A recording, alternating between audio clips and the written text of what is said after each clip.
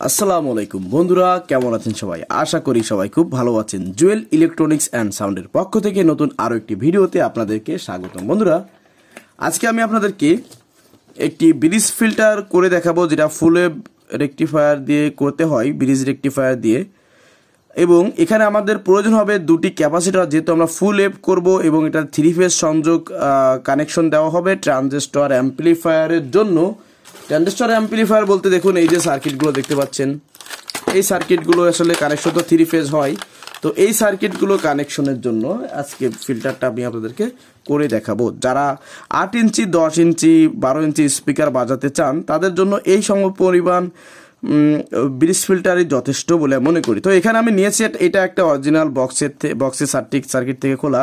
এখানে দেখুন লেখা আছে 50 ভোল্ট 3300 ইউএফ দুটি ক্যাপাসিটর, এবং এই দুটি সংযোগ হবে একটি ক্যাপাসিটরের প্লাস পিন এবং অন্য ক্যাপাসিটরের মাইনাস পিন একসঙ্গে যুক্ত হয়ে যাবে, মানে শর্ট হয়ে যাবে, এবং সিরিজ কানেকশন যেটা বলি আমরা, সিরিজ কানেকশন হবে, এবং এক সাইডে প্লাস থাকবে, অপর সাইডে মাইনাস থাকবে, আর মাঝখানে যে প্লাস মাইনাস দুটি শর্ট হচ্ছে এই দুটি হবে আমাদের গ্রাউন্ড ফেজ। সে কেমন দেখাচ্ছি দেখুন।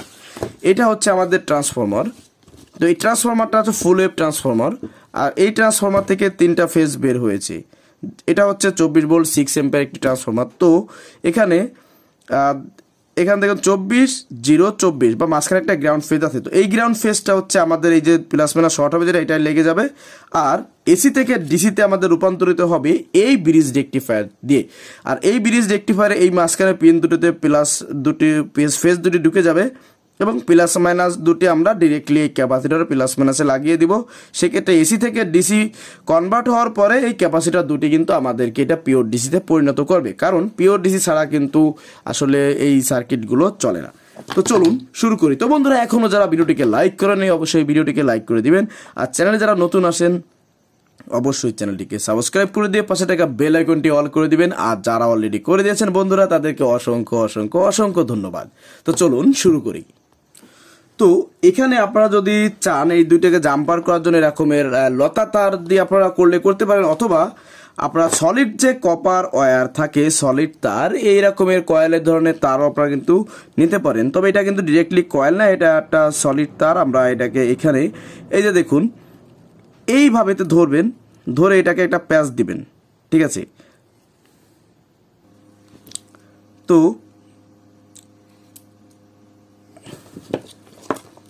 বন্ধুরা, আমি দেখুন এখানে এটাকে চেপে দিচ্ছি এইভাবেতে।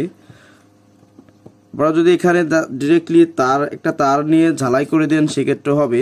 তবে আমরা যদি সাজেশন হিসেবে নিতে চান সেক্ষেত্রে আপনারা অবশ্যই এখানে সলিড তার ব্যবহার করবেন, সেটাতে সার্ভিস ভালো পাওয়া যাবে, এবং দুটি ক্যাপাসিটার খুব স্ট্রংভাবে এখানে কিন্তু লেগে থাকবে। তো দেখুন আমি এটাকে পেঁচিয়ে দিচ্ছি। তো এটা পেঁচিয়ে দেওয়ার পরে অবশিষ্ট তারটুকু আমি এখানে কেটে দিচ্ছি। কেটে দেওয়ার পরে এখন আমার প্রথম কাজ হচ্ছে এই দুটো যেহেতু আমরা শর্ট করেছি, তো খুব কাজ করার সময় নড়াচড়া করবে, এই জন্য এটাকে আগে আমাদের ঝালাই করে নিতে হবে, সোল্ডারিং করে নিতে হবে, ঠিক আছে?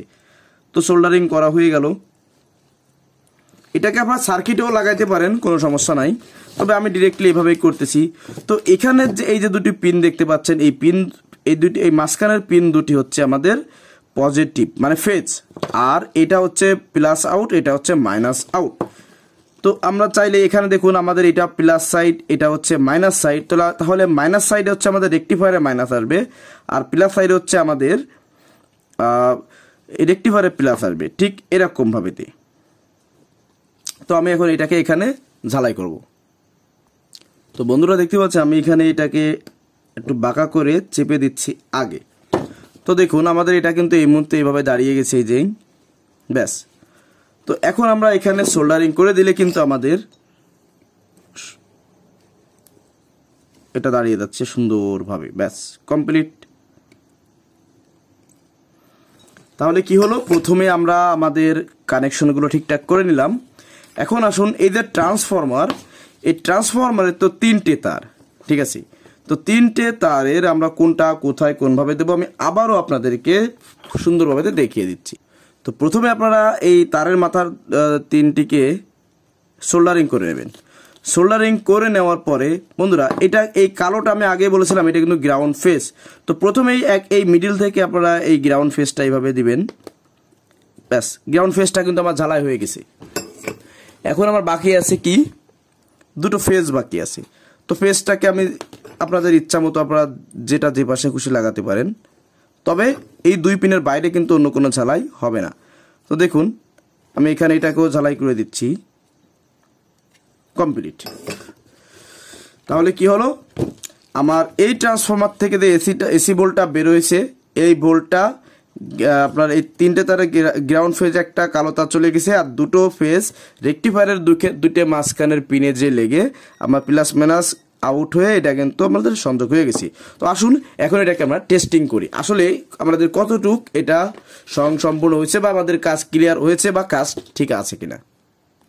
তো প্রথমে এটাকে আমি কারেন্ট সংযোগ লাগাচ্ছি। দেখুন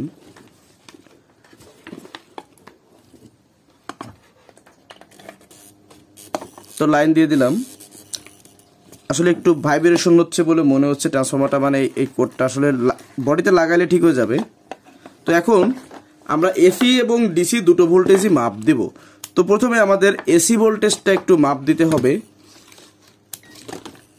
তো এসি ভোল্টেজটা কিভাবে মাপ দেব, দেখুন আমাদের গ্রাউন্ড ফেজে আমরা কালোটা ধরবো, তাহলে এবং একটা ফেজে, এই যে ফেজ, একটা ফেজে আমরা যদি ধরি, তো দেখুন 26.27 ভোল্ট, আর এই পাশে দেখতে পাচ্ছি 26.5 ভোল্ট। ঠিক আছে, সমস্যা না, ওটা পয়েন্ট কোনো বিষয় না। এখন আসুন এটাতে ফিল্টার হয়েছে, তো ফিল্টার হয়ে আমাদের কত ভোল্টেজ আউটপুট দিচ্ছে এটা একটা বিষয়।